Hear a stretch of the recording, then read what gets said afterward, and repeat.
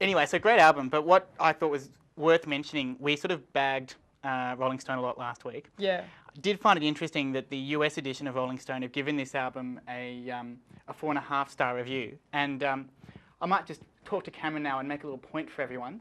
4.5-star reviews in these big magazines usually only happen at the behest of the sort of editorial team. So it's quite unusual to see a big rock magazine like Rolling Stone give, say, an R&B album or a dance album or a heavy metal album a 4.5-star review before the consensus amongst popular media has really formed around it. So I think this is a testament to the fact that, you know, you still do get some surprising risks taken at magazines like Rolling Stone. And I do want to make a little apology if we kind of suggested that there's absolutely no creative spirit or independence at these magazines anymore. This is a really good example of how, if you have good writers who are prepared to argue for things, the editorial team will let it through.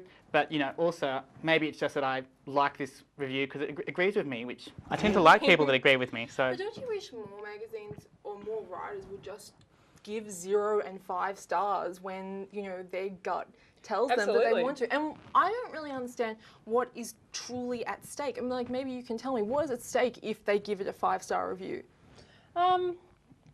I don't know. I suppose the potential for slightly embarrassing critical revisionism later on. Everybody is like at stake of that anyway, just by being a writer in the public domain, aren't they?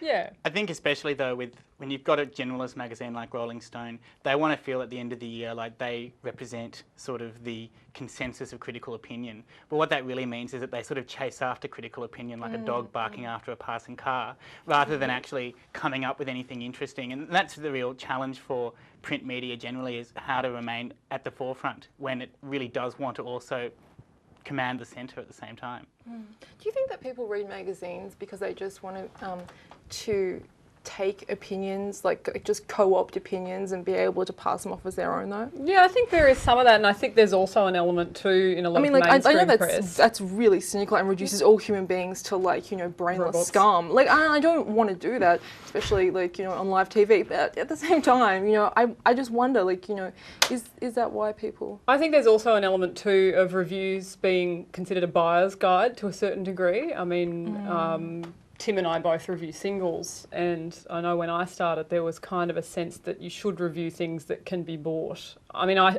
kind of tend to still go with that.